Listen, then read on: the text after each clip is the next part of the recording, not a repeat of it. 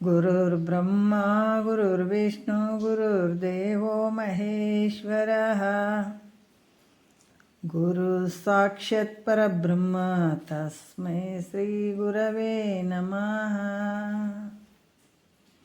ಶ್ರೀ ಜಗದ್ಗುರು ಸಿದ್ಧಾರೂಢರ ಪಾದಕಮಲಗಳಿಗೂ, ಶ್ರೋತ್ರಿಯ ಬ್ರಹ್ಮನಿಷ್ಠ ಸದ್ಗುರು ಬಸವಾನಂದರ ಪಾದಕಮಲಗಳಿಗೂ ಹಾಗೂ ಅವರ ಪ್ರತಿರೂಪದಂಥ ನಿಜಗುಣಪ್ಪನವರ ಪಾದಕಮಲಗಳಿಗೂ ನನ್ನ ದೀರ್ಘದಂಡ ಪ್ರಣಾಮಗಳನ್ನು ಸಲ್ಲಿಸುತ್ತಾ,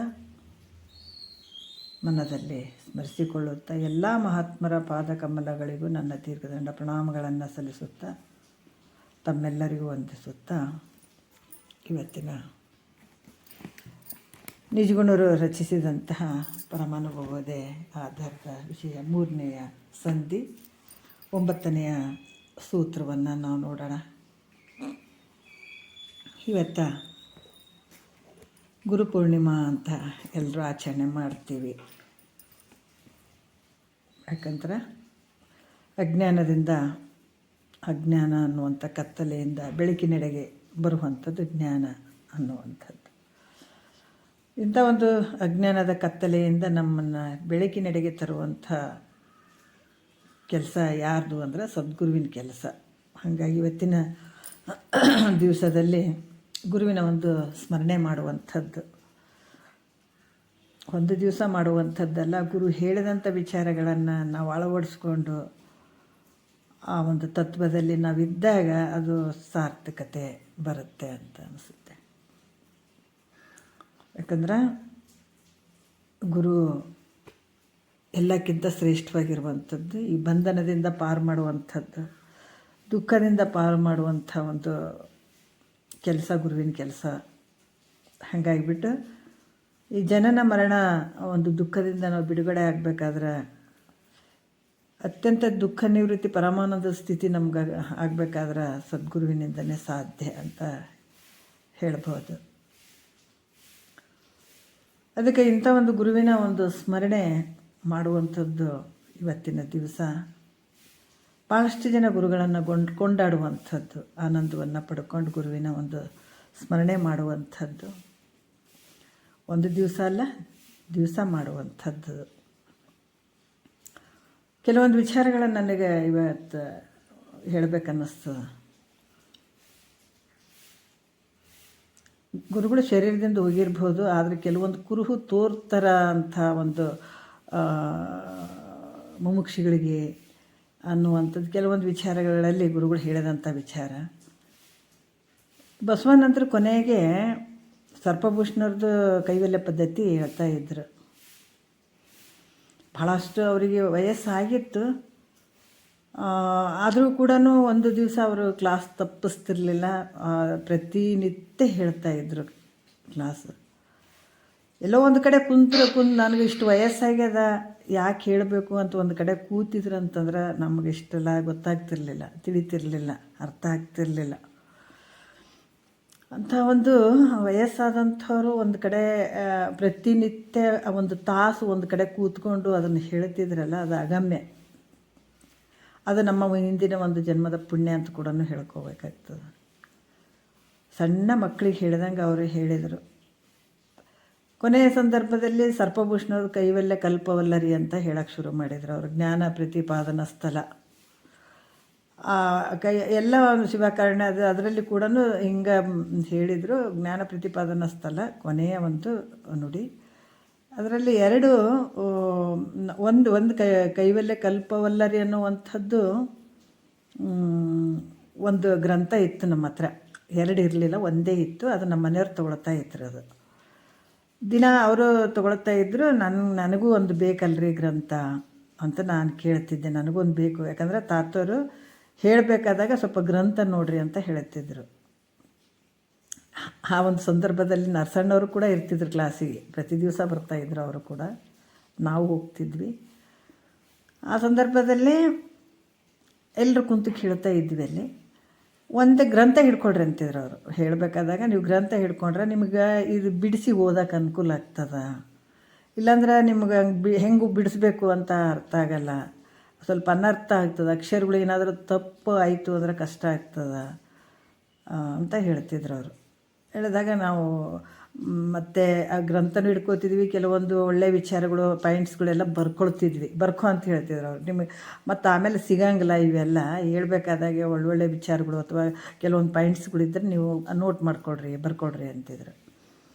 ಹಾಗಾಗಿ ಅವರು ಒಂದು ಗ್ರಂಥ ನಮ್ಮ ಮನೆಯವ್ರದ್ದು ಒಂದೇ ಇತ್ತದು ನಮ್ಮ ಮನೆಯಲ್ಲಿ, ಅದು ಅವರೇ ತೊಗೊಳ್ತಿದ್ರು. ನನಗೂ ಬೇಕಲ್ಲ, ನನಗೂ ಒಂದು ಬೇಕು ಅಂತ ನಾನು ಹೇಳ್ತಾ ಇದ್ದೆ. ಇನ್ನೊಂದು ಗ್ರಂಥ ರಾಯಚೂರಿಗೆ ಹೋಗಿ ಇನ್ನೊಂದು ಗ್ರಂಥನೂ ತಂದರು. ಅದು ಅವ್ರು ತೊಗೊಂಡ್ರು, ನನಗೆ ಹಳೇದು ಕೊಟ್ಟರು ತಮ್ಮ ಹತ್ರ ಇದ್ದದ್ದು.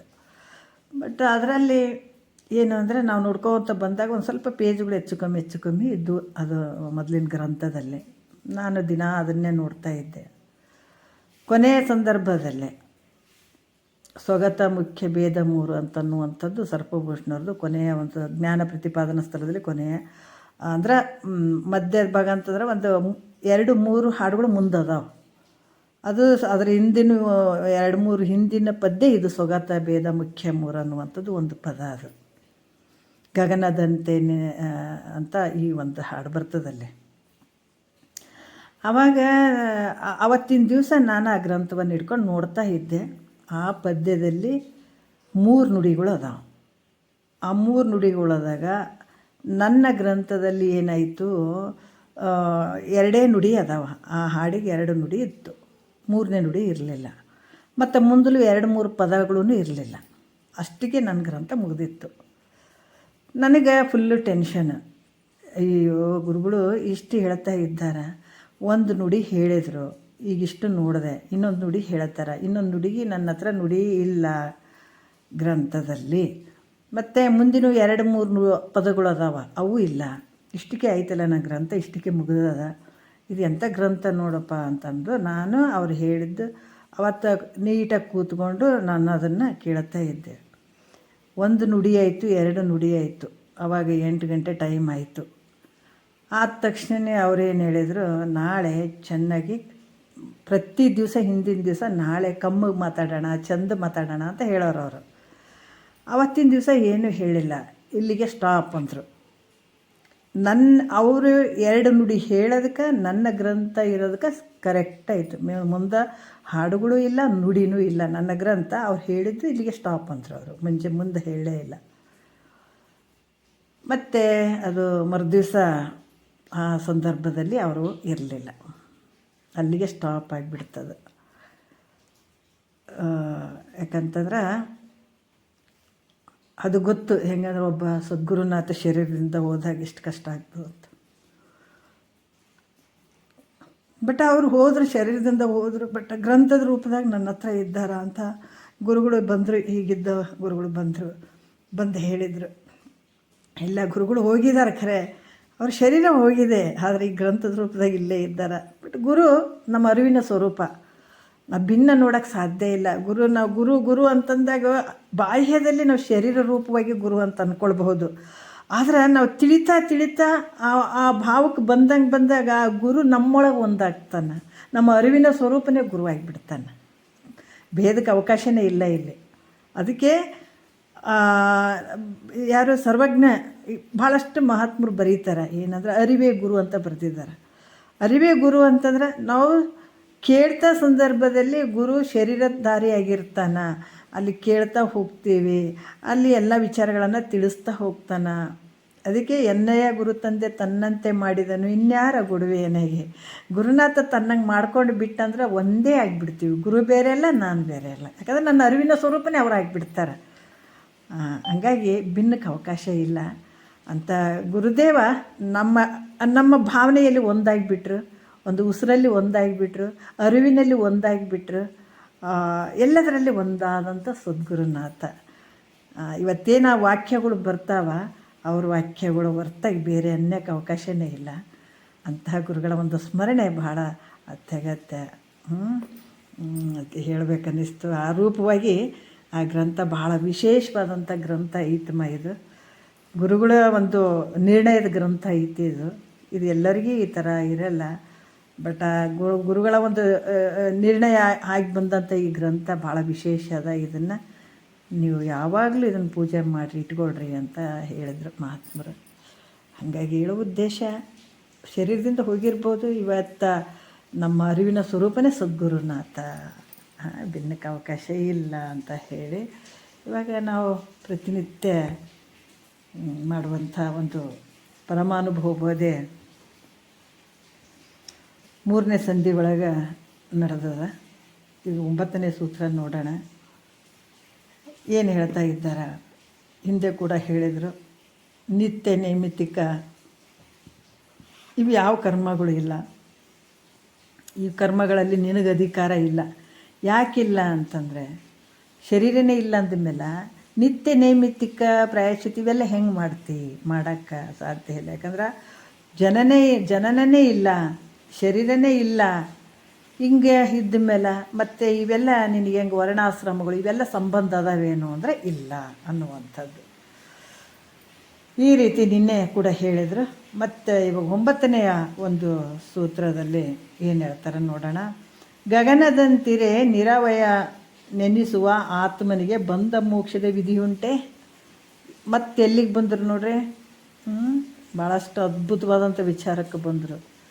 ನಾವೇನು ನಮಗೆ ಬಂದ ಹಾಗ್ಯದ ಮೋಕ್ಷ, ಅದಕ್ಕೆ ಹೇಳ್ತಾರೆ, ಒಂದು ಸಣ್ಣ ಮಗುವಿಗೆ ನಾವೊಂದು ರೊಟ್ಟಿ ಕೊಡೋಕೆ ಹೋದ್ರೆ ಅದು ತಿಂತದ, ಕರೆಸ್ಕೊಳತ್ತದ, ಸಾಧ್ಯ ಇಲ್ಲ. ಅದಕ್ಕೆ ಸ್ವಲ್ಪ ಮೆತ್ತಂದೆ ಕೊಟ್ಟು ಸ್ವಲ್ಪ ದೊಡ್ಡದಾದ ಮೇಲೆ ಸ್ವಲ್ಪ ರೊಟ್ಟಿ, ಸ್ವಲ್ಪ ಬಿರ್ಸಂದೆ, ಚಪಾತಿ ಅದೆಲ್ಲ ಕೊಟ್ಟು ತಿನ್ನಿಸ್ಬೋದು. ಅದೇ ರೀತಿ ಕೂಡ ಯಾವಾಗ ಫಸ್ಟಿಗೆ ಕೂತ್ಕೊಂಡು ಕೇಳ್ತಾ ಇರ್ತಾನೆ ಶಿಷ್ಯ, ಆ ಸಣ್ಣ ಶಿಶು ಆತ. ಯಾಕಂದರೆ ಒಂದೇ ದೊಡ್ಡ ವಿಚಾರ ಇಲ್ಲಪ್ಪ, ಆತ್ಮಸ್ವರೂಪ ಹಿಂಗೈತೆ ಅಂದರೆ ಹೇಳಿದ್ರೆ ಅರ್ಥ ಆಗ್ತದೇನೋ ಅಂದ್ರೆ ಅರ್ಥ ಆಗಂಗಿಲ್ಲ. ಆವಾಗ ಈ ಸ್ವಲ್ಪ ಉಪಕ್ರಮ ಹಿಂಗೆ ಅಂತ ಹೇಳ್ಕೊತ ಬರ್ತಾರೆ. ಯಾವಾಗ ಅಲ್ಲಿ ತಿಳುವಳಿಕೆ ಬರ್ತಾ ದೊಡ್ಡವನಾಗ್ತಾನೆ. ಯಾವಾಗ ಕೇಳಿದ ಮೇಲೆ ದೊಡ್ಡವನಾಗುವಂಥದ್ದು, ಶರೀರಕ್ಕೆ ಸಂಬಂಧ ಇಲ್ಲ. ಆವಾಗ ಅವರು ಕೆಲವು ವಿಚಾರಗಳನ್ನು ಹೇಳ್ತಾರೆ. ಹೆಂಗೆ ಹೇಳ್ತಾರೆ ನೋಡ್ರಿ. ಹಿಂದಿನ ವಿಚಾರದಲ್ಲಿ ಹೇಳಿದರು, ಕುಲ ಜಾತಿ, ಇದು ಇಂಥವ್ರಿಗೆ ಕುಲ ಇಲ್ಲ, ಜಾತಿ ಇಲ್ಲ, ಗೋತ್ರ ಇಲ್ಲ, ಆಶ್ರಮ ವರ್ಣಾಶ್ರಮಗಳು ಇವು ಯಾವು ಇಲ್ಲ ಅಂತಂದ್ರೆ ಮಾಮೂಲಿ ವ್ಯಕ್ತಿಗಳಿಗೆ ಕೇಳುತ್ತಾರೆ. ಫಸ್ಟ್ ಬಂದು ಕೂತ್ಕೊಂಡಂಥ ಒಂದು ಮುಮುಕ್ಷಿಗೆ ಇದು ಯಾವುದು ಇಲ್ಲಪ್ಪ ಅಂತಂದ್ರೆ ಆತ ಕೇಳ್ತಾನೆ, ಅರ್ಥ ಆಗ್ತದೇನೋ ಅಂದರೆ ಅರ್ಥ ಆಗಂಗಿಲ್ಲ. ಅದಕ್ಕೆ ಕ್ರಮವಾಗಿ ಅವರು ಹೇಳುತ್ತಾ ಬಂದರು. ಪ್ರತಿಯೊಂದು ಈ ಶರೀರ ನೀನಲ್ಲ, ಇಂದ್ರಿಯಗಳು ನೀನಲ್ಲ, ಇವು ಏನೋ ಪ್ರತಿಯೊಂದು ಈ ಕಾಣುವಂಥ ಜಗತ್ತು ನೀನಲ್ಲ, ದೃಶ್ಯ ಪ್ರಪಂಚ ನೀನಲ್ಲ ಅಂತ ಎಲ್ಲವನ್ನ ನೇತಿಗಳಿತಾ ಬಂದರು. ಇವಾಗ ಏನು ಹೇಳ್ತಾ ಇದ್ದಾರ ಈ ಸೂತ್ರದಲ್ಲಿ, ಇವೆಲ್ಲ ಹೆಂಗೆ ಅದಾವ ಅಂತಂದ್ರೆ ಕುಲ ಗೋತ್ರ ಜಾತಿ ವರ್ಣಾಶ್ರಮಗಳು ಇವೆಲ್ಲ ತೋರ್ತಾವಂತಂದ್ರೆ ಹೆಂಗೆ ತೋರ್ತಾವ? ನಿನ್ನ ಭ್ರಾಂತಿಯಿಂದ ತೋರ್ತಾವ, ನಿನ್ನ ಭಾವನೆಯಲ್ಲಿ ತೋರ್ತಾವ. ಪ್ರತಿಯೊಂದು ತೋರ್ತಾವಂತಂದ್ರೆ ಇವು ನಿಜವಾದದ್ದು ಅಲ್ಲ, ಆದರೆ ನಿನ್ನ ಭಾವನೆಯ ಮೂಲಕ ತೋರ್ತಾವ. ಆದರೆ ವಿಚಾರ ಮಾಡಿದ್ರೆ ಎಲ್ಲಾದರೂ ಹುಡುಕಾಡಿದ್ರೆ ಸಿಗ್ತವೇನೋ ಅಂದರೆ ಸಿಗಂಗಿಲ್ಲ. ಬರೀ ಭಾವನೆಯಿಂದನೇ ನಡೆದಂಥದ್ದಿದು. ಅದಕ್ಕೆ ಇದೇ ರೀತಿ ಕೂಡ ಬಂದ ಮೋಕ್ಷಗಳು ಇದು ಕೂಡ ಸತ್ಯ ಏನ್ರಿ ಅಂದ್ರೆ ಇದು ಕೂಡ ನಿನಗೆ ಬಂಧನೂ ಇಲ್ಲ, ಮೋಕ್ಷನೂ ಇಲ್ಲ. ಇವು ಹೆಂಗದಾವ ಅಂದ್ರೆ ಭ್ರಮೆಯಿಂದ ಕೂಡಿದಂಥ ಇವು ಕೂಡ ನಿಜ ಅಲ್ಲ ಅಂತ ಹೇಳ್ತಾರೆ ಅವರು. ನಿನಗೆ ಬಂಧನೂ ಬಂದಿಲ್ಲ, ನಿನಗೆ ಮೋಕ್ಷನೂ ಇಲ್ಲ. ಅದಕ್ಕೆ ಇಲ್ಲಿ ಹೇಳ್ತಾರೆ ನೋಡ್ರಿ ಹೆಂಗದ ಅಂತಂದ್ರೆ ಭಾಳ ವಿಶೇಷವಾದಂಥ ವಿಚಾರ ಹೇಳ್ತಾರೆ. ಗಗನದಂತಿರೆ ನಿರವಯ ನೆನೆಸುವ ಆತ್ಮನಿಗೆ ಬಂದ ಮೋಕ್ಷದ ವಿಧಿ ಉಂಟೆ. ಎಷ್ಟು ಅದ್ಭುತವಾಗಿ ಹೇಳ್ತಾರೆ. ಯಾಕಂದ್ರೆ ಏನಾದರೂ ನಿಂದು ಹೆಂಗದ, ಆಕಾಶದಂತಿರಲ್ಲ. ಆಕಾಶ ಹೆಂಗೈತೆ ಅಂದ್ರೆ ಯಾವ ಅವಯವಗಳು ಅದಾವೇನು ಆಕಾಶಕ್ಕೆ ಅಂದರೆ ಯಾವ ಅವಯವಗಳು ಇಲ್ಲ. ನಿರವಯ ಅಂದ್ರೆ ಅವಯವಗಳು ಇರದೇ ಇರುವಂಥದ್ದಕ್ಕೆ ನಿರಯವ ಅಂತ ಹೇಳುತ್ತಾರೆ. ಇಂಥ ನಿರವಯ ಇರುವಂಥ ಆತ್ಮನಿಗೆ ಯಾವ ಅವಯವಗಳು ಇಲ್ಲ. ನಿರಾಕಾರ ರೂಪನಾದಂಥ ನಿನಗೆ ಆತ್ಮನಿಗೆ ಬಂದ ಮೋಕ್ಷಗಳ ವಿಧಿ ಐತೇನು, ಸಂಬಂಧ ಐತೇನು ಅಂತಂದರೆ ಇಲ್ಲ. ಅದಕ್ಕೆ ಸಾವಯವಾತ್ಮಕವಾದಂಥದ್ದು. ಸಾವಯವ ಅಂದ್ರೆ ಇವೆಲ್ಲ ಅವಯವಗಳು ಇರ್ತಾವಲ್ಲ, ಕೈ ಒಂದು ಶರೀರಕ್ಕೆ ಕೈ ಕಾಲು ಕಣ್ಣು ಇವೆಲ್ಲ ಅವಯವಗಳು ಇರುವಂಥದ್ದು. ಒಂದು ವಸ್ತುವಿಗೆ ಅಥವಾ ಸಾವಯಾತ್ಮಕವಾದಂಥ ಒಂದು ಘಟಾದಿ ವಸ್ತುಗಳಿಗೆ ಅವಕ್ಕೆ ಬಂಧ ಅಂತ ಹೇಳ್ಬೋದು, ಅಥವಾ ಅದಕ್ಕೆ ಮೋಕ್ಷ ಅಂತ ಕೂಡ ಹೇಳ್ಬೋದು. ಯಾಕಂದರೆ ಸಾವಯಾತ್ಮಕವಾದಂಥ ಘಟಾದಿ ವಸ್ತುಗಳಿಗೆ ಹೇಳ್ಬೋದು. ಆದರೆ ಆಕಾಶ ಹೆಂಗೆ ನಿರವಯದಿಂದ ಕೂಡ್ಯದ, ನಿರಾಕಾರವಾಗಿ ಆಗ್ಯದ, ಯಾವುದೋ ಆಕಾರ ಇಲ್ಲ, ಯಾವ ಅವಯವಗಳಿಲ್ಲ. ಮತ್ತು ಅದು ಹೆಂಗದಂತಂದ್ರೆ ಪೂರ್ಣವಾಗಿರುವಂಥದ್ದು. ಆ ರೀತಿಯಾಗಿರುವಂಥ ಆಕಾಶ ಏನು ಐತೆ, ಹಾಗೆ ನಿರವಯವಾದಂಥ ನಿನ್ನ ಸ್ವರೂಪ ಹೆಂಗೈತೆ ಅಂದ್ರೆ ನಿರಾಕಾರ ಐತೆ, ನಿರವಯದಿಂದ ಕೂಡ್ಯದ, ಪೂರ್ಣವಾದಂಥ ನಿನಗೆ ಬಂಧನೂ ಇಲ್ಲ, ಮೋಕ್ಷನೂ ಇಲ್ಲ. ಅದಕ್ಕೆ ಮುಂದೆ ಭಾಳಷ್ಟು ಹೇಳ್ತಾರೆ. ಬಂಧ ಆಗಬೇಕಾಗಿತ್ತಂದ್ರೆ ಅದು ಲಿಮಿಟ್ ಇರ್ತದಿಲ್ಲ, ಇಷ್ಟಿಷ್ಟೇ ಇದ್ದಾಗ ಅದಕ್ಕೆ ಬಂಧಿಸ್ಯದಪ್ಪ ಅಂತ ಹೇಳೋಕ್ಕಾಯ್ತು. ಒಂದು ವಸ್ತು ಐತೆ, ಅದಕ್ಕೆ ನಾವು ಮುಚ್ಚಿವಿ ಅಂತ ಹೇಳೋಕ್ಕೆ ಸಾಧ್ಯ ಆಗ್ತದೆ. ಭಾಳಷ್ಟು ವಿಚಾರ ಮಾಡ್ಬೇಕಾಗ್ತದೆ. ಯಾಕಂದ್ರೆ ಬಂಧ ಯಾವಾಗ ಬರ್ತದೆ ಅಂತಂದ್ರೆ, ಏನೋ ಒಂದು ವಸ್ತುವನ್ನು ಪೆಟ್ಟಿಗೆ ಒಳಗೆ ಹಾಕಿವಂದ್ರೆ ಅದು ಒಂದು ಅಳತೆಗೆ ಮೀರಿದ್ದದ ಆ ವಸ್ತು, ಅದಕ್ಕೆ ನಾವು ಅದನ್ನು ಬಂಧಿಸಿದ್ದೀವಿ ಅಂತ ಹೇಳ್ಬೋದು, ಅಥವಾ ಇಷ್ಟಿಷ್ಟದ ಅದಕ್ಕೆ ಮುಚ್ಚಿದ್ದೀವಿ ಅಂತ ಹೇಳ್ಬೋದು. ಆದರೆ ಇದು ಪರಿಪೂರ್ಣ ಆದಂಥ ಒಂದು ನಿರವಯದಿಂದ ಕೂಡಿದಂಥದ್ದು, ನಿರಾಕಾರವಾಗಿರುವಂಥದ್ದು, ಪರಿಪೂರ್ಣವಾದಂಥದ್ದು ನಿನ್ನ ಸ್ವರೂಪಕ್ಕೆ ಹೆಂಗೆ ಬಂಧ ಬರ್ತದೆ? ಅದು ಪೂರ್ಣ ಅದದು. ಪೂರ್ಣ ಮಾಡೋದಕ್ಕೆ ಅದಕ್ಕೆ ಬಂಧ ಹೆಂಗೆ ಬರ್ತದೆ? ಅದಕ್ಕೆ ಪೂರ್ಣನಾದಂಥ ತನಗೆ ಬಂಧನೂ ಇಲ್ಲ, ಮೋಕ್ಷನೂ ಇಲ್ಲ ಅಂತ ಹೇಳ್ತಾರೆ ಅವರು. ಈಗ 1ನೇ ನುಡಿಯಲ್ಲಿ ಹೇಳ್ತಾರೆ, ನಿರವಧಿ ಮೊದಲಾದ ಲಕ್ಷಣಗಳಿಂದ ಆತ್ಮನು ಯುಕ್ತನಾಗಿರುವುದರಿಂದ ಬಂಧವು ಅದಕ್ಕೆ ಸಂಬಂಧ ಇಲ್ಲ. ಹೆಂಗೆ 1ನೇ ನುಡಿಯಲ್ಲಿ ಹೇಳ್ತಾರೆ, ನಿರವಧಿ, ನಿರುಪಮನು, ಅವಿಕಾರಿ, ನಿರ್ಗುಣ, ನಿರುಪಾದಿ, ನಿರ್ಮಲ ನೆನೆಸುವ ಪರಮಾತ್ಮಕನು, ನಿನಗಾವ ತೆರೆದಿಂದ ದೊರಕೊಳ್ಳಲರಿಯದು ಭವಬಂಧ ಅಂತ ಹೇಳ್ತಾರೆ. ಇಲ್ಲಿ ತಾತಾರು ಕೆಲವೊಂದು ವಿಚಾರಗಳು ಹೇಳ್ತಿದ್ರು, ಕೆಲವೊಂದು ನುಡಿ ಇವು ಅಕ್ಷರ ವರ್ಡ್ಸ್ಗಳನ್ನು ಹೇಳ್ತಿದ್ರು ಅವರು.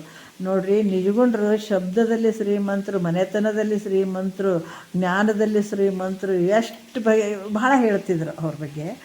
ಈಗ ನಿರವಧಿ ಅಂತಂದರೆ ಯಾವುದೇ ಸೀಮೆ ಇಲ್ಲದೆ ಇರುವಂಥದ್ದು.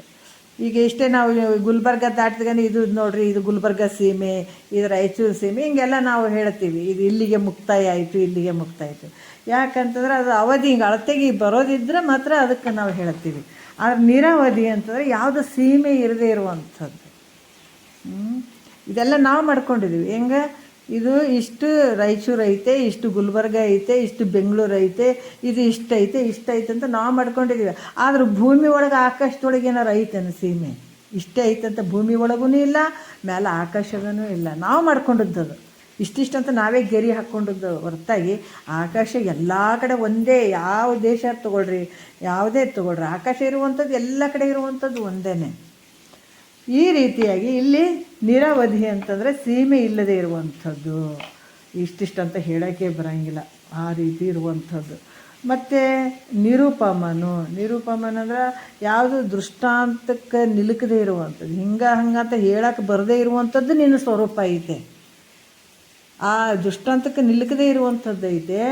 ಮತ್ತು ಹೆಂಗದಾನ ಅವಿಕಾರಿ, ಯಾಕಂದ್ರೆ ಹಾಲು ಕೆಟ್ಟು ಮೊಸರಾದಂಗೆ ಅದನೇನು, ಯಾವಾಗಲೂ ಅಷ್ಟೇ. ನಾವು 4 ಯುಗಗಳಲ್ಲಿ ನೋಡಿದರೂ ಕೂಡ ಇರುವಂಥವನು ಹಂಗೆ ಒಬ್ಬನೇ. ಹೇಳ್ತಾರೆ ಇಲ್ಲಿ ಬಾಲ್ಯ, ಯೌವನ, ಮುಪ್ಪು ತನ ಬಂದರೂ ಕೂಡ ಇರುವಂಥ ನಿನಗೆ ಯಾವ ವಿಕಾರ ಇಲ್ಲ. ಶರೀರಕ್ಕೆ ಷಡ್ಭಾವ ವಿಕಾರಕ್ಕೊಳಗಾಗ್ತದೆ. ಶರೀರ ವಿಕಾರ ಆಗ್ತಾ ಬರ್ತದೆ. ನಿನ್ನಲ್ಲಿರುವಂಥ ಪ್ರತಿಯೊಂದು ವಿಕಾರ ಆಗ್ತಾವೆ. ಯಾಕಂದ್ರೆ ಈ ಜ್ಞಾನೇಂದ್ರಿಯಗಳು ಮತ್ತು ಅಂತಃಕರಣಗಳು, ಮನ, ಬುದ್ಧಿ, ಚಿತ್ತು, ಅಹಂಕಾರ ಒಂದು ಕ್ಷಣದಾಗಿದ್ದಂಗೆ ಇನ್ನೊಂದು ಕ್ಷಣಕ್ಕೆ ಇರೋಂಗಿಲ್ಲ. ನಮ್ಮ ಶರೀರದ ವ್ಯವಹಾರಗಳು ಅವು ಬದಲಾವಣೆ ಆಗ್ತಾನೆ ಇರ್ತವೆ. ಆದರೆ ಇವನ್ನೆಲ್ಲ ಸಾಕ್ಷಿ ರೂಪವಾಗಿ ನೋಡುವಂಥವು ನಿನಗೆ ಯಾವ ಬದಲಾವಣೆ ಇಲ್ಲ. ನಮ್ಮ ಅನುಭವಕ್ಕೆ ಬರ್ತದಿಲ್ಲ. ಏನು ಮಹಾತ್ಮರೇ ಬೇರೆ ಹೇಳ್ಯಾರೇನ? ಯಾಕಂದ್ರೆ ನಮ್ಮ ಅನುಭವಕ್ಕೆ ಬಂದದ್ದೇ ನಾವು ನಂಬಬೇಕು. ಯಾವುದಾರ ಅನುಭವಕ್ಕೆ ಬರದೇ ಇರುವಂಥ ವಸ್ತುಗಳು ಹೇಳ್ತಾ ಇದ್ರಂದ್ರೆ ಅದನ್ನು ಯಾಕೆ ನಂಬಬೇಕು ನಾವು? ಅದಕ್ಕೆ ನಿಮಗೆ ಅನುಭವಕ್ಕೆ ಬಂದ್ರೆ ಒಪ್ಪ್ರಿ, ಇಲ್ಲಾಂದ್ರೆ ಬಿಡ್ರಿ ಅಂತಿದ್ರು ಗುರುಗಳು. ಹಾಗಾಗಿ ನೀನು ಯಾವಾಗಲೂ ಇರ್ತಿದ್ದಿ. ಈಗ ಬಾಲ್ಯದಾಗೂ ಇದು ನೀನೇ, ಯೌವನದಲ್ಲೂ ನೀನೇ ಇರ್ತಿದ್ದಿ, ಸಾಯ ಕೂಡ ನೀನು ಸಾಕ್ಷಿ ರೂಪವಾಗಿ ಸಾಯ್ತಿದ್ದಿ. ಯಾಕಂದರೆ ಅದು ಕೆಲವರಿಗೆಲ್ಲ ಗೊತ್ತಾಗಿರ್ತದೆ. ಆ ಸಾಯುವ ಕ್ಷಣದಲ್ಲಿ, ಪ್ರಾಣ ಹೋಗುವಂಥ ಸಂದರ್ಭದಲ್ಲಿ ಅದಕ್ಕೂ ಸಾಕ್ಷಿಯಾಗಿರ್ತದೆ ಅದು ಸ್ವರೂಪ.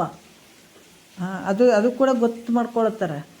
ಹಾಗಾಗಿ ಅದಕ್ಕೆ ಮೊದಲ ಜನ್ಮದ ದೇಹ, ಈ ದೇಹವಿನ್ನು ಮುಂದೊದಗುವ ದೇಹವೇ ಬೇರೆ ಬೇರೆ ಪುದಿದು ನೀನೋರ್ವನವರೊಳಗಲ್ಲದೆ ಕರ್ಮದುದಯದಿಂದ ದೇಹಿಯಾಗಿರುವುದರಿಂದ. ಯಾಕಂದ್ರೆ ಆ ಶರೀರದಲ್ಲೂ ಇದ್ದು ಈ ಶರೀರದಲ್ಲಿರ್ತೀವಿ, ಮುಂದಿನ ಶರೀರದಲ್ಲೂ ಕೂಡ ನೀನೇ ಇರುವಂಥವು, ನಿನಗೆ ಯಾವ ವಿಕಾರತೆ ಇಲ್ಲ. ಎಷ್ಟೋ ಶರೀರಗಳನ್ನು ನೀನು ಬಿಸಾಕಿ ಬಂದಿದೆ. ಆದರೆ ಇರುವಂಥದ್ದು ನಾವು ಹುಟ್ಟಿನಿಂದ ಸಾಯೋವರೆಗೆ ನಮ್ಮ ಒಂದು ಉದಾಹರಣೆಗಳನ್ನೇ ನಾವು ತೊಗೊಂಡ್ರೆ, ಹುಟ್ಟಿನಿಂದ ಸಾಯೋರಿಗೆ ಎಷ್ಟು ಬಟ್ಟೆಗಳು ಬಿಸಾಕಿವಿ ನೆನಪದ ನಮಗೆ? ನೆನಪಿಲ್ಲ. ಎಷ್ಟೋ ಬಟ್ಟೆಗಳನ್ನು ಬಿಡ್ತಾ ಬಂದಿರಿ, ಆದರೆ ನೀ ಚೇಂಜ್ ಆಗಿದೆ. ನೀವು ಒಬ್ಬನೇ ಇರತ್ತೆ. ಹುಟ್ಟಿಂದ ಸಾಯೋರಿ ನೀನೇನದಿ ನೀನೇ, ಆದರೆ ಶರೀರ ಬಟ್ಟೆಗಳು ಬದಲಾವಣೆ ಆದರೂ ಕೂಡ ನೀನು ಒಬ್ಬನೇ ಇರೋದು. ಅದರಂಗೆ ಇಲ್ಲಿ ಕೂಡ ಅವಿಕಾರಿ, ಯಾವ ವಿಕಾರತ್ವ ಇರದೇ ಇರುವಂಥವನು. ಮತ್ತು ನಿರ್ಗುಣ ಅಂದ್ರೆ ನಾವೆಲ್ಲರೂ ಎಲ್ಲಿ ಸಿಕ್ಕಾಕೊಂಡು ಬಿದ್ದೀವಿ? ಈ 3 ಗುಣಗಳಲ್ಲಿ ಸಿಕ್ಕಾಕೊಂಡು ಬಿದ್ದದಕ್ಕಾಗಿ ನಮಗೆ ದುಃಖ ಹೋಗ್ತಾ ಇಲ್ಲ. ಈ 3 ಗುಣಗಳನ್ನು ದಾಟಬೇಕಾಗ್ತದೆ. ಯಾಕೆ? ಸತ್ವ, ರಜೋ, ತಮೋ, ಈ 3 ಗುಣಗಳು ಇದನ್ನು ನಾವು ದಾಟಬೇಕಾಗ್ತದೆ. ಅದಕ್ಕೆ ಇಲ್ಲಿ ಕೂಡ ನಿನ್ನ ಸ್ವರೂಪ ಹೆಂಗೈತೆ ಅಂದರೆ 3 ಗುಣಗಳಿಗೆ ನಿಲುಕದೇ ಇರುವಂಥದ್ದು, ಸಿಗದೇ ಇರುವಂಥದ್ದು, ಅಂದ್ರೆ ನಿರ್ಗುಣ ರೂಪವಾಗಿರುವಂಥದ್ದು. ಮತ್ತು ನಿರುಪಾದಿ, ಯಾವುದೇ ಉಪಾದಿಯನ್ನು ಕೊಡ್ಲಿಕ್ಕೆ ಬರದೇ ಇರುವಂಥದ್ದು, ಯಾವುದೂ ಉಪಾಧಿ ಇಲ್ಲ, ಉಪಾಧಿ ಇಲ್ಲದವನು. ಮತ್ತು ನಿರ್ಮಲನು ಅಂದರೆ ಯಾವ ರಾಗ ದ್ವೇಷಾದಿಗಳು, ಯಾವ್ಯಾವ ಕಲ್ಮಶಗಳು ಇರದೇ ಇರುವಂಥದ್ದು. ಅದಕ್ಕೆ ಈ ರೀತಿಯಾಗಿ ನಿರವಧಿ 1, ನಿರುಪಮ 2, ಅವಿಕಾರಿ 3, ನಿರ್ಗುಣ 4, ನಿರುಪಾದಿ 5, ನಿರ್ಮಲ 6, ಈ ರೀತಿಯಾಗಿ 6 ರೀತಿಯಿಂದ ನಿಂದು ಸ್ವರೂಪದ್ದು ಹಿಂಗೈತಿ ಅಂತ ಹೇಳ್ಕೊಂಡು ಬಂದರು ಅಂತ ಹೇಳ್ತಾರೆ ಅವರು. ಈ ರೀತಿಯಾಗಿ ಇಲ್ಲಿ ಯಾಕಂದರೆ ಇಂಥ ಲಕ್ಷಣಗಳಿಂದ ಸಚ್ಚಿದಾನಂದ ಪರಬ್ರಹ್ಮ ಸ್ವರೂಪನಾದಂಥ ತನ್ನಗ ಯಾವ ವಿಧದಿಂದ ನೋಡಿದರೂ ಕೂಡ ನಿನಗೆ ಬಂಧನ ಇಲ್ಲ, ಬಂಧನ ಸಂಭವಿಸುವುದಿಲ್ಲ. ಅಜ್ಞಾನ ಕಾಲದ ಬಂದ ಅಂತ ಹೇಳ್ಕೊಂಡು ಬರ್ತಾರೆ, ಅದನ್ನು ಮುಂದೆ ಹೇಳ್ತಾರೆ ಈಗ ಅವರು. ಅದಕ್ಕೆ ಯಾವ ರೀತಿಯಿಂದ ಇಂಥ ಒಂದು ಸ್ವರೂಪವಾದಂಥ ನಿನಗೆ ಯಾವ ವಿಧದಿಂದ ವಿಚಾರ ಮಾಡಿದರೂ ಕೂಡ ಇಲ್ಲಿ ಬಂಧವು ಸಂಭವಿಸುವುದಿಲ್ಲಪ್ಪ. ಯಾಕಂತಂದ್ರೆ ಇಲ್ಲಿ ಪ್ರತಿಯೊಂದು ವಿಚಾರಗಳನ್ನು ಇಲ್ಲಿ ನೋಡಿದಾಗ ಇಲ್ಲಿ ನೀನು ಪರಿಪೂರ್ಣವಾದಂಥವು ನೀನಿದೆ. ಇಂಥ ಪರಿಪೂರ್ಣವಾದಂಥ ನಿನ್ನ ಸ್ವರೂಪಕ್ಕೆ ಯಾವ ಬಂಧನವೂ ಇರುವುದಿಲ್ಲ ಅಂತ ಕೂಡ ಹೇಳ್ತಾರೆ. 2ನೇ ನುಡಿಯಲ್ಲಿ ಹೇಳ್ತಾರೆ, ಏನು ಹೇಳ್ತಾರೆ? ವಿಚಾರ ಮಾಡಿ ನೋಡಲಿ, ಬಂಧವು ತನ್ನಿಂದಾಗಲಿ ಅಥವಾ ಅನ್ಯರಿಂದಾಗಲಿ ಬಂಧವು ಸಂಭವಿಸಿಲ್ಲ. ಇದು ಹೆಂಗಾಗ್ಯದ ಅಂದರೆ ಭ್ರಮೆಯಿಂದ ಕೂಡ್ಯದ ಅಂತ ಹೇಳ್ತಾರೆ ಅವರು. ಯಾಕಂದರೆ ತನ್ನಿಂದ ಬಂದಾಗ್ಯದೇನೋ, ಇನ್ನೊಬ್ಬರಿಂದ ಬಂದಾಗ್ಯದೇನೋ ಅಂದರೂ ಕೂಡ ಹಂಗಾಗಕ್ಕೆ ಬರೋಂಗಿಲ್ಲ ಅಂತ ಹೇಳ್ತಾರೆ. 2ನೇ ನುಡಿಯಲ್ಲಿ ಹೇಳ್ತಾರೆ, ನಿನ್ನಿಂದ ಭವಬಂಧವೆನ್ನದಿರು, ಅನ್ಯರಿಂದೆನ್ನದಿರು, ನೀನು ಸುಖ ಅದ್ವಯ ಚಿನ್ನಿಧಿಯಾಗಿ ನಿಷ್ಕಳನಾಗಿ ಪೂರ್ಣತೆಯು ನಿತ್ಯನಾಗಿರ್ಪ ಕಥದಿಂದೆ ಅಂತ ಹೇಳ್ತಾರೆ ಅವರು. ನೋಡ್ರಿ ಎಷ್ಟು ಅದ್ಭುತವಾಗಿ ಹೇಳ್ತಾರೆ. ಏನು ಹೇಳ್ತಾರ ಅಂತಂದ್ರೆ, ತನ್ನಿಂದಲೇ ತನಗೆ ಬಂದದ ಅಂತಂದ್ರೆ ಹಂಗಾಗಕ್ಕೆ ಬರೋಂಗಿಲ್ಲ. ಯಾಕಂದ್ರೆ ಸುಖ ಸ್ವರೂಪನು ತನ್ನಿಂದಲೇ ಅಂತಂದ್ರೆ ತನ್ನ ಸ್ವರೂಪ ಏನದ, ನಿನ್ನ ಸಚ್ಚಿದಾನಂದ ಸ್ವರೂಪ ಏನೈತೆ, ಪರಬ್ರಹ್ಮ ಸ್ವರೂಪ ಏನೈತಲ್ಲೇ ಅದು ನಿನ್ನಿಂದ ಆತ್ಮಸ್ವರೂಪ. ಅದರಿಂದ ತನಗೆ ಬಂದದಂದ್ರೆ ಹಂಗೆ ಬಂದದಂತ ಹೇಳೋಕ್ಕಾಗಿಲ್ಲ. ತನ್ನಿಂದ ತನ್ನ ಸ್ವರೂಪದಿಂದನೇ ಬಂದಂತ ಹೇಳೋಕ್ಕೂ ಆಗಂಗಿಲ್ಲ. ಯಾಕಂದ್ರೆ ಆತ ಸುಖ ಸ್ವರೂಪನೂ ಅದಾನ, ಜ್ಞಾನ ಉಳ್ಳಂಥವನು ಅದಾನ, ಮತ್ತು ಹೆಂಗೆ ಅದಾನ, ನಿರವಯದಿಂದ ಕೂಡಿದಂಥವನು ಅದಾನ. ಯಾಕಂತಂದರೆ ಇಲ್ಲಿ ಕೂಡ ಹೇಳ್ತಾರೆ, ಈ ಲೋಕದಲ್ಲಿ ಅಜ್ಞಾನಿ ಆದಂಥ ಪುರುಷ ಏನು ಮಾಡ್ತಾನೆ, ಯಾವುದೋ ಒಂದು ತಪ್ಪು ಮಾಡ್ಯಾನಂತಂದ್ರೆ ಆ ತಪ್ಪು ಇದರಿಂದ ದುಃಖ ಆಗ್ಯದ, ಅದಕ್ಕೆ ಭಾಳ ದುಃಖ ಆಗ್ಯದ. ಅಪರಾಧ ಮಾಡಿದಾನೆ, ಅದಕ್ಕೆ ದುಃಖ ಆಗ್ಯದ. ಯಾಕಂದ್ರೆ ತನ್ನ ಅಸ್ತಾದಿ ಈ ಅವಯವಗಳಿಂದಲೇ ನಾಶ ಮಾಡ್ಕೊಳ್ತಾನತ್ತ. ತನ್ನ ಅಸ್ತಾದಿ ಅವಯವಗಳಿಂದಲೇ ಈ ಪಾಶ ಮೊದಲಾದವುಗಳನ್ನು ಹಾಕಿಕೊಂಡು ಬಂಧನವುಂಟು ಮಾಡ್ಕೊಳ್ತಾನೆ.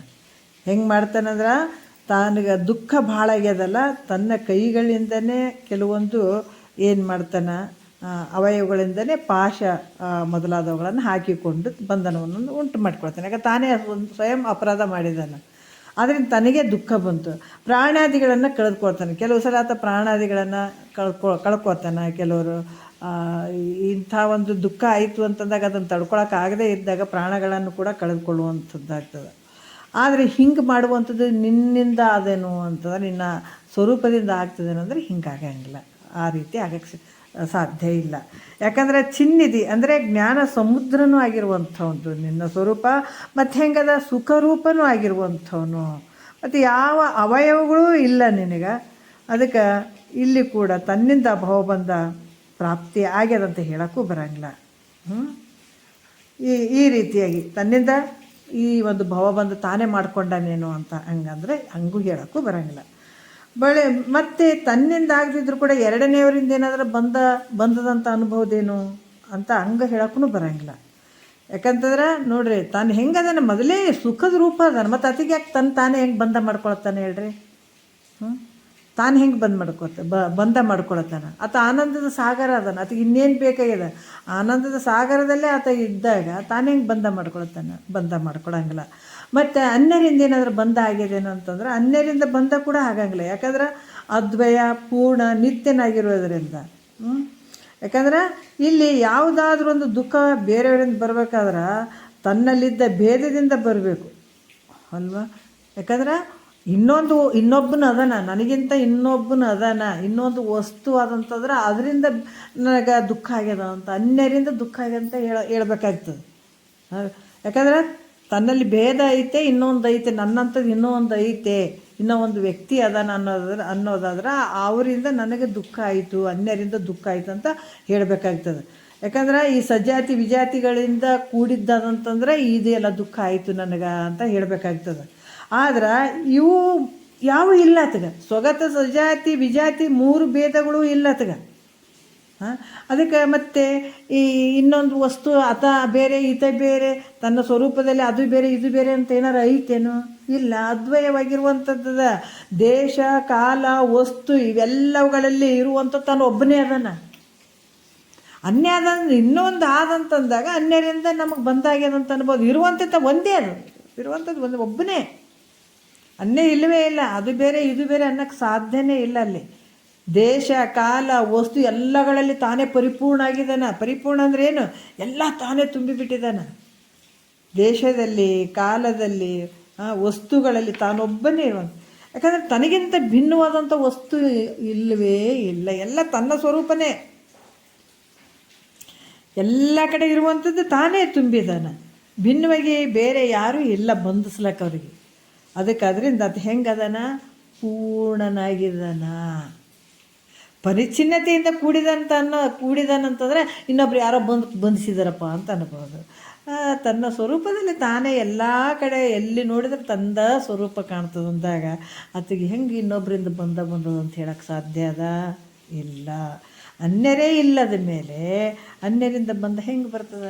ಇನ್ನೊಬ್ರು ಇಲ್ಲವೇ ಇಲ್ಲ ಅಂದಾಗ ಬಂದ ಹೆಂಗೆ ಬರ್ತದ? ಅದರಿಂದ ಯಾವಾಗಲೂ ತಾನೇ ಇರುವಂಥವನು, ಯಾವಾಗಲೂ ಇರುವಂಥವನಿಂದ ಮತ್ತು ಹೆಂಗಿದೆ? ನಿತ್ಯ ಸ್ವರೂಪನಾಗಿರುವಂಥವನು, ಯಾವಾಗಲೂ ಇರುವಂಥವನು. ಇಂಥ ನಿತ್ಯನಾದ ತನಗೆ ಅನಿತ್ಯವಾದಂಥದ್ದು ಏನಾರ ಸಂಬಂಧ ಆಗ್ತದೇನೋ ಅಂದರೆ ಸಂಬಂಧ ಆಗಲಿ. ಎಲ್ಲ ಭ್ರಮೆಯಲ್ಲಿ ತೋರಿದಾಗ ಇದು ಅನಿತ್ಯದಿಂದ ಕೂಡಿದಂಥದ್ದು, ಇದೆಲ್ಲ ಭ್ರಮೆಯಲ್ಲಿ ತೋರ್ತದೆ, ಅಜ್ಞಾನದಲ್ಲಿ ತೋರಿದಂಥದ್ದು. ಆದರೆ ಇದಕ್ಕೆಲ್ಲಕ್ಕೂ ಅಧಿಷ್ಠಾನವಾಗಿರುತ್ತೆ ನಿನ್ನ ಸ್ವರೂಪ ಹೆಂಗೈತೆ ಅಂದರೆ ಪರಿಪೂರ್ಣ ಆಗ್ಯದ, ಯಾವಾಗಲೂ ಇರುವಂಥದ್ದು, ನಿತ್ಯವಾಗಿರುವಂಥದ್ದು.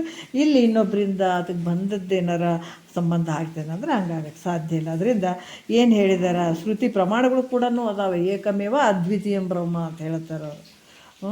ಅಂಥ ಒಂದು ಏಕಮೇವ ಅದ್ವೈತ ಸ್ವರೂಪದಲ್ಲಿ ತನ್ನ ಅನ್ಯರ ಅದಾರ ಅಂತ ಹೇಳಕ್ಕೆ ಸಾಧ್ಯನೇ ಇಲ್ಲ. ಅಲ್ಲಿ ಅಲ್ಲಿ ದ್ವೈತ ಇಲ್ಲ. ಅದು ಬೇರೆ ಇದು ಬೇರೆ ಅನ್ನುವಂಥದ್ದು ಯಾವುದಿಲ್ಲ. ತನ್ನ ಬಿಟ್ಟರೆ ಬೇರೆ ಯಾವುದಿಲ್ಲ. ಸಚ್ಚಿದಾನಂದ ಪರಬ್ರಹ್ಮ ಸ್ವರೂಪ ಬಿಟ್ಟರೆ ಇಲ್ಲಿ ಯಾವುದು ಅನ್ಯಕ್ಕೆ ಅವಕಾಶನೇ ಇಲ್ಲ. ಅಂದಮೇಲೆ ಬಂದ ಹೆಂಗಾಗ್ತದೆ ಹೇಳ್ರಿ? ನಾವು ಪರಿಪೂರ್ಣ ಅಂದಾಗೆ ನಾವು ಅರ್ಥ ಮಾಡ್ಕೊಳ್ಬೇಕು. ಯಾಕಂದ್ರೆ ಪರಿಪೂರ್ಣ ಇರುವಂಥ ವಸ್ತುದಾಗ ಏನಾರ ಸ್ವಲ್ಪ ಇತ್ತು ಅಂತಂದಾಗ ಅಲ್ಲಿ ಅದು ಬೇರೆ ಇದು ಬೇರೆ ಅಂತ ಇವೆಲ್ಲ ನಡೀತಾವೆ. ಅಳತೆಗೆ ಬರುವಂಥ ವಸ್ತು ಇದ್ದರೆ ಅಲ್ಲಿ ನಡೀತಾವೆ. ಆದರೆ ಪರಿಪೂರ್ಣ ಇರುವಂಥ ವಸ್ತುವಿನಲ್ಲಿ ಇನ್ನೊಂದು ಇರ್ಲಿಕ್ಕೆ ಸಾಧ್ಯನೇ ಇಲ್ಲ. ಹಾಗಾಗಿ ಇಲ್ಲಿ ಕೂಡ ಯಾವುದು ದ್ವೈತಕ್ಕೆ ಅವಕಾಶ ಇಲ್ಲ. ಅಂದಮೇಲೆ ಬಂದ ಹೆಂಗಾಗ್ತದೆ? ಸರ್ವತ ಆಗಂಗಿಲ್ಲ ಅನ್ನುವಂಥ ವಿಚಾರವನ್ನು ಹೇಳ್ತಾರೆ ಅವರು. ಮತ್ತು 3ನೇ ನುಡಿಯಲ್ಲಿ ಹೇಳ್ತಾರೆ, ತನ್ನಿಂದ ಮತ್ತೆ ಆ ಥರ ತನ್ನಿಂದ ಬಂದು ಬರಲಾರ್ದಂತ ಸಾಮಾನ್ಯವಾಗಿ ಹೇಳಿದ ಅರ್ಥವನ್ನು ಮತ್ತೆ ಈಗ ವಿಶೇಷವಾಗಿ ಹೇಳ್ತಾರೆ ಅವರು. ತನ್ನಿಂದ ಬಂದವೆಂದೊಡೆ ತನುರಹಿತನು ಅಭಿನ್ನಾತ್ಮಕನು ತಾನೇ ತನ್ನನ್ನು ತನ್ನಿಂದೇ ಕಟ್ಟಿಕೊಳ್ಳಲು ಶಕ್ಯವಲ್ಲಾಗಿ ತನ್ನಿಂದ ಬಂದವೆಂದೆನಲಿಲ್ಲ ಅಂತ ಈಗ 3ನೇ ನುಡಿಯಲ್ಲಿ ಹೇಳ್ತಾರೆ. ಏನು ಹೇಳ್ತಾರೆ? ತನ್ನಿಂದ ಬಂದವೆಂದೊಡೆ ಅಂದರೆ ತನ್ನಿಂದ ಅಂದರೆ ಯಾರು? ತನ್ನ ಮೂಲಕ. ಇದು ಬಂದದಂತ ಹೇಳಿದ್ರೆ ಆತ ಹೆಂಗದನ? ಶರೀರ ಐತೇನು ಆತಗ? ಪರಬ್ರಹ್ಮ ಸ್ವರೂಪನಾದ ತಾನು ತನ್ನಿಂದಲೇ ಬಂದವನುಂಟು ಕೊಂಡಿದ್ದಾನ ಅಂತ ಹೇಳಕ್ಕೆ ಬರ್ತದೇನಂದ್ರೆ ಹೇಳಕ್ಕೆ ಬರೋಂಗಿಲ್ಲ. ಯಾಕಂದ್ರೆ ಅದಕ್ಕೆ ಶರೀರ ಐತೇನು? ಶರೀರ ಇದ್ದರೆ ಬಂಧ ಆಗ್ಯದಪ್ಪ ಅಂತ ಹೇಳ್ಬೋದು. ಅದು ಶರೀರ ಇಲ್ಲದಂಥ ಸ್ವರೂಪ ಅದು. ಅಂಥ ಒಂದು ನಿನಗೆ ಪರಬ್ರಹ್ಮ ಸ್ವರೂಪನಾದ ತನಗೆ, ಯಾಕಂದರೆ ಸಾವಯಾತ್ಮಕ ಆಗಿ ಈ ಶರೀರ ಏನಂತಂದ್ರೆ ಅವೇನಾರ ಆದ ಅಂತಂದ್ರೆ ಯಾವುದೂ ಇಲ್ಲ, ಅಲ್ಲಿ ಶರೀರನೂ ಇಲ್ಲ ಅಂದಮೇಲೆ ಅದಕ್ಕೆ ಬಂಧ ಹೆಂಗೆ ಬರ್ತದೆ? ಖಂಡಿತ ಬರೋಂಗಿಲ್ಲ. ಅದರಿಂದ ತನ್ನ ಮೂಲಕ ಬಂಧ ಯಾವತ್ತೂ ಬರಲಾರ್ದು ಅಂತ ಕೂಡ ಹೇಳ್ತಾರೆ.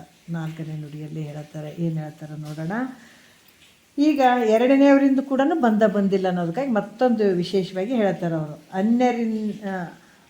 ಅನ್ಯರಿಂದ ಎಂದೊಡೆ ಅನನ್ಯ ಅದ್ವಯ ಆತ್ಮನೋಳ್ ಅನ್ಯರಿಲ್ಲಾಗಿ ಕಟ್ಟುವರಿಲ್ಲ ಧನ್ಯ ಮೈತ್ರಿಯೇ ನೀ ನಿಂತು ವಿಚಾರಿಸಲು ಅನ್ಯರಿಂದವೇ ಬಂಧವೆನಲಿಲ್ಲ. ನೋಡ್ರಿ, ಅನ್ಯರಿಂದ ಅಂದರೆ 2ನೇಯವರಿಂದ ಬಂದದಪ್ಪ ಅಂತ ಅನ್ನೋಕ್ಕೂ ಬರೋಂಗಿಲ್ಲ. ಯಾಕಂದ್ರೆ ತನಗಿಂತ ಬೇರೆ ಒಬ್ಬ ಅದಾನ ಅಂತಂದಾಗ ಅಲ್ಲಿ ಬಂದದಂತ ಅನ್ಬೋದು. ಯಾಕಂತಂದ್ರೆ ಭಿನ್ನವಾಗಿ ತನಗಿಂತ ಭಿನ್ನವಾಗಿ ಇಲ್ಲವೇ ಇಲ್ಲ, ಇನ್ನೊಂದು ವಸ್ತು ಇಲ್ಲವೇ ಇಲ್ಲ. ಅದಕ್ಕೆ ಯಾಕಂದ್ರೆ ಶ್ರುತಿ ಪ್ರಮಾಣ ಮೂಲಕ ಬೇರೊಬ್ಬರಿಲ್ಲದೆ ಒಂದೇ ವಿಧವಾದ ತನ್ನ ನಿಜದಲ್ಲಿ ಬೇರೆಯವರು ಇಲ್ಲವೇ ಇಲ್ಲ, ತಾನೊಬ್ಬನೇ ಇರುವಂಥದ್ದು. ಅದಕ್ಕೆ ಸಚ್ಚಿದಾನಂದ ಪರಬ್ರಹ್ಮ ಸ್ವರೂಪ ಹೆಂಗದಂತಂದ್ರೆ ಒಂದು ಏಕದೇವ ಸರ್ವಭೂತೇಶು ಕೂಡ ಭಾಳಷ್ಟು ಶ್ರುತಿ ಪ್ರಮಾಣಗಳು ಕೂಡ ಅದಾವ. 2ನೇಯವರಿಂದ ಬಂಧವಾದ್ರೆ ಹೆಂಗೆ ಬರ್ತದ? ಬರ್ಲಿಕ್ಕೆ ಸಾಧ್ಯನೇ ಇಲ್ಲ. ಯಾಕಂದ್ರೆ ನಿನ್ನ ನಿಜ ಸ್ವರೂಪದಲ್ಲಿ ಅನ್ಯಕ್ಕೆ ಅವಕಾಶನೇ ಇಲ್ಲ, ಇರುವಂಥದ್ದು ಒಂದೇ ಸ್ವರೂಪ. ಅದಕ್ಕೆ ಇನ್ನೊಂದು ವಸ್ತುವಿನಿಂದ ಇನ್ನೊಬ್ಬರಿಂದ ಬಂಧ ಆಗ್ಯದಂತ ಹೇಳೋಕ್ಕೂ ಕೂಡ ಬರೋಂಗಿಲ್ಲ ಅನ್ನುವಂಥ ವಿಚಾರವನ್ನು ಅವರು ಹೇಳ್ತಾರೆ. 5ನೇ ನುಡಿಯಲ್ಲಿ ಹೇಳ್ತಾರೆ, ತನ್ನಿಂದ ತನಗೆ ಬಂಧವು ಬಂದಿರುವುದೆಂದು ಹೇಳಿದರೆ ಜಡ ಮತ್ತು ಆಕಾರವುಳ್ಳ ವಸ್ತುವಿಗೆ ತನ್ನಿಂದ ಬಂಧವು ಬಂದಿರ್ತದೆ. ತಾನು ಹಿಂಗದನ, ಅಜಡ ಅದನ, ನಿರಾಕಾರ ಆಗಿರೋದು ಬಂಧ ಇಲ್ಲ ಅಂತ ಸ್ಪಷ್ಟವಾಗಿ ಹೇಳ್ತಾರೆ ಅವರು. ಇಲ್ಲೇನು ಹೇಳ್ತಾರೆ, ಜಡ ಮುಹೂರ್ತದೊಳು ಬಂಧವದನ್ನು ಒಪ್ಪಲಹುದು ಪಿಡಿದು ನಿನ್ನನ್ನು ಎಡಗೈಯನ್ನು ಜಡಿದು ಕಟ್ಟಿದರಾರು ಸಿದಾ ಮುಹೂರ್ತ ಪರಿಪೂರ್ಣದೊಡಲು ನೀನದ ಅರಿ ಎಲ್ಲವೂ ಮಿಥ್ಯ ಅಂತ ಹೇಳ್ತಾರೆ. ನೀನಿದನ್ನು ಅರಿ ಎಲ್ಲವೂ ಮಿಥ್ಯ ಅನ್ನುವಂಥ ವಿಚಾರವನ್ನು ಹೇಳ್ತಾರೆ. ಯಾಕಂತಂದ್ರೆ ಜಡವಾಗಿರುವಂಥದ್ದು ಶರೀರ ಸಂಬಂಧವಾದಂಥ ಘಟಾದಿ ವಸ್ತುಗಳು ಹೆಂಗದಾವ ಅಂದ್ರೆ ಜಡದಿಂದ ಕೂಡಿದಂಥವ, ಆಕಾರ ಉಳ್ಳಂಥದವ, ಅಲ್ಲಿ ಬಂದ ಸಂಭವ ಆಗ್ತದೆ. ಅಳತೆಗಿರಬೇಕು, ಜಡವಾಗಿರಬೇಕು. ಜಡ ಅಂದ್ರೆ ತನ್ನ ಜ್ಞಾನವೂ ಇಲ್ಲ, ಪರರ ಜ್ಞಾನವೂ ಇರಂಗಿಲ್ಲ. ಯಾಕಂದ್ರೆ ಇಲ್ಲಿ ಇರುವಂಥದ್ದು ಜಡ ಮತ್ತು ಆಕಾರ ಇರುವಂಥದ್ದು, ಇವಕ್ಕೆ ಬಂದದಂತ ಹೇಳ್ಬೋದು, ಬಂದ ಸಂಭವಿಸ್ತದೆ. ಆದರೆ ನಿನ್ನ ಆಕಾರ ಹೆಂಗದ? ನೀನು ಹೆಂಗಿದಿ? ಅಜಡ ಇದೆ ಮತ್ತು ನಿರಾಕಾರ ಇದೆ, ಯಾವ ಆಕಾರ ಇಲ್ಲ ನಿನಗೆ. ಮತ್ತು ಹೆಂಗಿದೆ? ಪೂರ್ಣ ಸ್ವರೂಪ ಉಳ್ಳಂಥದ್ದೈತೆ. ಈ ರೀತಿ ತನ್ನಲ್ಲಿ ಬಂದ ಸಂಭವ ಆಗಂಗಿಲ್ಲ. ಪೂರ್ತಿ ಪರಿಪೂರ್ಣ ಇದ್ದಂಥದಕ್ಕೆ ಹೆಂಗೆ ಬಂಧಿಸೋಕ್ಕೆ ಸಾಧ್ಯ ಆಗ್ತದೆ?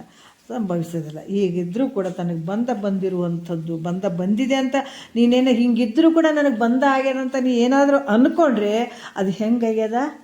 ಭ್ರಮೆಯಿಂದ ತೋರ್ತದೆ ನಿನ್ನ ಬುದ್ಧಿಗೆ. ಅದಕ್ಕೆ ಹೇಳ್ತಾರೆ ಮಹಾತ್ಮರು, ಮತಿಗೆ ಮಂಗಳವಾವುದು ಉತ್ತಮರ ಸಂಘ ಅಂತ ಹೇಳ್ತಾರೆ. ಯಾಕಂದ್ರೆ ನಿನ್ನ ಮತಿಗೆ ಏನಾಗ್ಯದ? ಭ್ರಮೆ ಬಿಡ್ದದ, ಭ್ರಾಂತಿ ಆಗ್ಯದ, ಹುಚ್ಚಿಡ್ದದ.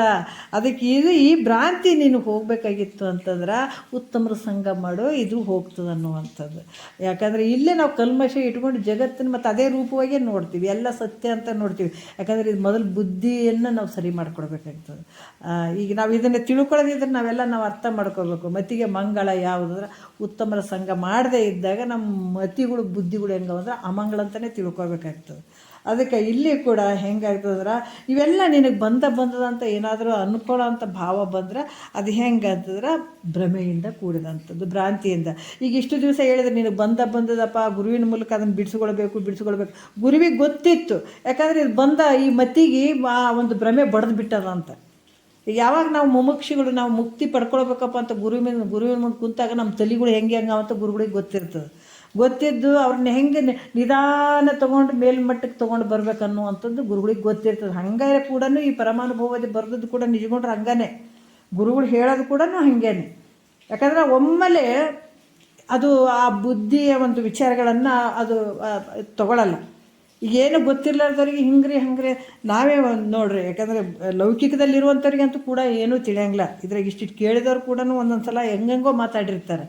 ಆದರೆ ಲೌಕಿಕದಲ್ಲಿ ಕೆಲವು ಈ ವಿಚಾರಗಳನ್ನು ಅದಕ್ಕೆ ಹೇಳ್ತಾರೆ, ಎಲ್ಲರ ಮುಂದೆ ಯಾಕೆ ಹೇಳಬಾರ್ದು ಈ ವಿಚಾರಗಳು ಅಂದ್ರೆ ಭಾಳ ಅನರ್ಥ ಆಗ್ತಾವೆ. ನಾವು ಈಗ ಲೌಕಿಕದವ್ರ ಹತ್ರ ಅವ್ರಿಗೆ ಏನಾರೋ ಸ್ವಲ್ಪ ಹುಷಾರಿರ್ಲಾರ್ದಾಗ ಹೋಗಿ ಏನು ಮಾಡ್ಬೇಕ್ರಿ, ಹಿಂದೆ ಮಾಡಿದಂಥ ಒಂದು ಕರ್ಮ ಅನುಭವಿಸ್ಬೇಕಲ್ಲ ಅಂದ್ರೆ ಅವ್ರಿಗೆ ಸಿಟ್ಟು ಬರ್ತದೆ. ಸಿಟ್ಟು ಬಂದು ಏನು ಹೇಳ್ತಾರೆ, ನಾವೇನ್ರಿ ಅಂಥದ್ದು ಮಾಡೀವ್ರಿ, ನಾವು ಯಾರಿಗಾದ್ರೂ ಮೋಸ ಮಾಡಿವೆ, ದುಡ್ಡು ತಿಂದಿವೆ, ಅದು ಮಾಡಿವೆ, ಇದು ಮಾಡಿವೆ, ನಾವೇನು ಅಂಥದ್ದು ಮಾಡಿದ್ದೀವಿ, ಯಾರಿಗೇನು ಸಾಯಿ ಹೊಡೆದಿವೆ ಅಂಥವ್ರು ಜಗಳಕ್ಕೆ ಬರ್ತಾರೆ. ಯಾಕಂದ್ರೆ ಅವ್ರಿಗೆ ಅರ್ಥ ಆಗಂಗಿಲ್ಲ, ಶಾಸ್ತ್ರದ ವಿಚಾರಗಳು ಗೊತ್ತಿರಂಗಿಲ್ಲ, ಏನು ಗೊತ್ತಿರಂಗಿಲ್ಲ. ಅಂಥವ್ರ ಮುಂದೆ ಇಲ್ಲರಿ ಹಿಂಗಾದ್ರೆ ಈ ಶರೀರ ಹಿಂಗೆ ಏನು ಪಾಪ ಮಾಡಿರ್ತದನೋ ಇಂಥವೆಲ್ಲ ನಾವೇನಾರು ಶಾಸ್ತ್ರ ವಿಚಾರ ಅಂಥವ್ರ ಮುಂದೆ ಹೇಳಿದ್ರೆ ಅವ್ರು ಜಗಳಕ್ಕೂ ಬರ್ತಾರೆ, ಭಾಳ ಸಿಟ್ಟು ಮಾಡ್ಕೋತಾರೆ. ಅವ್ರ ತಲೆ ಬಿಡ ಗೊತ್ತಿರಂಗಿಲ್ಲ ಅವರಿಗೆ. ಅದಕ್ಕೆ ಮಹಾತ್ಮರು ಎಲ್ಲರ ಮುಂದೆ ಇಂಥವೆಲ್ಲ ಹೇಳುವಂಥದ್ದಲ್ಲ ಅಂತಲೇ ಹೇಳ್ತಾರೆ ಅವರು. ಹೇಳುವಂಥದ್ದು ಯಾರಿಗೆ ಇದ್ರ ಬಗ್ಗೆ ಗೊತ್ತಿರ್ತದ. ಅದಕ್ಕೆ ಈ ಮುಮುಕ್ಷಿಗಳು ನಾವು ಕೂತ್ಕೊಂಡು ಕೇಳಬೇಕಾದಾಗ ಕೂಡ ನಮ್ಮ ಬುದ್ಧಿ ಭಾಳಷ್ಟು ಭ್ರಮೆಯಿಂದ ಅನಾತ್ಮವಾಗಿರುವಂಥ ಶರೀರವನ್ನು ನಾವು ಆತ್ಮ ಅಂತ ಬೇರೆ ಏನೋ ತಾಧ್ಯಾತ್ಮ ಭಾವ ಹೊಂದಿರ್ತೀವಿ. ಅದರಲ್ಲಿ ಇದ್ರ ಬೆರಿಕೆ, ಇದರಲ್ಲಿ ಅದ್ರ ಬೆರಿಕೆ ಮಾಡಿ ನಾವು ಫುಲ್ ಗೊಂದಲದಾಗಿರ್ತೀವಿ. ಆವಾಗ ಹಂತ ಹಂತವಾಗಿ ಸದ್ಗುರುಗಳು ನಮ್ಮನ್ನು ಅಲ್ಲಿ ಹೇಳ್ತಾ ಬರ್ತಾರೆ, ನಮ್ಗೆ ವಿಷಯಗಳನ್ನು ತಿಳಿಸ್ತಾ ಬರ್ತಾರೆ. ಇವಾಗ ಏನು ಸ್ವಲ್ಪ ಮೇಲ್ಮಟ್ಟಕ್ಕೆ ಬಂದಾಗ ಇವಾಗ ಹೇಳ್ತಾ ಇದ್ದಾರೆ ನೋಡು, ಯಾವಾಗಲೂ ಅರಿವೇ ಬರೀ ಮೊದಲು ಜ್ಞಾನ ಪ್ರತಿಪಾದನಾ ಸ್ಥಳದಾಗ ಹೇಳಿದಾರೆ. ಮರೆಯದೊಮ್ಮೆ ಜಗದಿರವ ನಿಂತು ಅರಿವೇ ಬರೀ ಅರಿವೆ ಅಂತ ಹೇಳಿದ್ರೆ, ಇರುವಂಥದ್ದು ಬರೀ ಅರಿವಿನ ಸ್ವರೂಪನೇ ಎಲ್ಲ ಕಡೆ ಇರುವಂಥದ್ದು. ನಿನ್ನ ಭ್ರಾಂತಿಯಿಂದ ತೋರ್ದಂಗೆ ಆಗಕತ್ತಿದೆ ಎಲ್ಲ.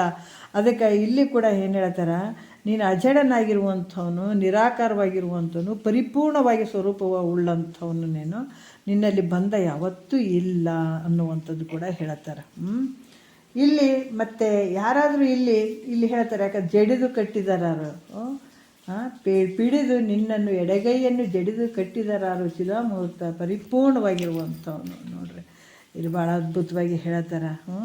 ಯಾಕಂದ್ರೆ ನಿನ್ನನ್ನು ಇಲ್ಲಿ ಹಿಡಿದು ಆ ಎಡಗೈಯನ್ನು ಬಿಗಿದು ಬಂಧನವನ್ನು ಉಂಟು ಮಾಡಿದರು ಅಂತ ಯಾರು ಮಾಡಿದರು? ಅದಕ್ಕೆ ಇಲ್ಲಿ ಕೂಡ ಹೇಳ್ತಾರೆ, ಚಿತ್ ಜ್ಞಾನ ಸ್ವರೂಪನಾದಂಥ ಅಮೂರ್ತ. ಮೂರ್ತ ಅಂದ್ರೆ ಆಕಾರ ಇಲ್ಲದೆ ಇರುವಂಥವನು. ಅದಕ್ಕೆ ಚಿತ್ ಅಮೂರ್ತ ಪರಿಪೂರ್ಣದೊಡಲು ನೀನದ ಅರಿವಿನೆಲ್ಲವೂ ಮಿಥ್ಯ ಅಂತ ಹೇಳ್ತಾರೆ. ನೀನದನ್ನು ಅರಿ, ಎಲ್ಲವೂ ಮಿಥ್ಯ ಅನ್ನುವಂಥದ್ದು. ಈ ರೀತಿ ನಿನಗೆ ಯಾವ ಬಂಧವೂ ಸಂಭವಿಸುವುದಿಲ್ಲ, ಪರಿಪೂರ್ಣವಾಗಿರುವಂಥವನೇನು, ನಿರಾಕಾರವಾಗಿರುವಂಥವನು. ಈಗಿದ್ದರೂ ತನಗೆ ಬಂದಿರುವಂಥದ್ದು ಅಂತ ಅಂದ್ಕೊಂಡಿದ್ದೇ ಆದರೆ ಅದು ಭ್ರಾಂತಿ ರೂಪವಾಗಿರ್ತದೆ ಹೊರತು ನಿಜದಲ್ಲಿ ಇಲ್ಲ ಅನ್ನುವಂಥ ವಿಚಾರವನ್ನು ಇಲ್ಲಿ ಹೇಳ್ತಾರೆ. ಮತ್ತು ಈಗ ಮುಂದಿನ 6ನೇ ನುಡಿ ಭಾಳಷ್ಟು ಅದ್ಭುತವಾಗಿ ಹೇಳ್ತಾರೆ. ಯಾಕಂತಾರೆ ಬೇರೊಬ್ಬರಿಂದ ನನಗೆ ಬಂದದಂತಂದರೂ ಕೂಡ ನೀನು ಅದ್ವಯ ನಿರಾಕಾರವಾಗಿರುವಂಥವನು, ನಿನಗೆ ಅನ್ಯರಿಂದಲೂ ಬಂಧ ಇಲ್ಲ ಅನ್ನುವಂಥದ್ದು ಸ್ವರೂಪದ ಬಗ್ಗೆ ಭಾಳ ವಿಶೇಷವಾಗಿ ಹೇಳ್ಕೊಂಡು ಹೋಗ್ತಾರೆ. ಇಲ್ಲಿಗೆ ಮತ್ತೆ 6ನೇ ನುಡಿ ನಾಳೆ ನೋಡೋಣ. ಒಂದೆರಡು ಮಾತು ಗುರುಗಳ ಪಾದಕ್ಕೆ ಅರ್ಪಿಸಿ ಹರವು.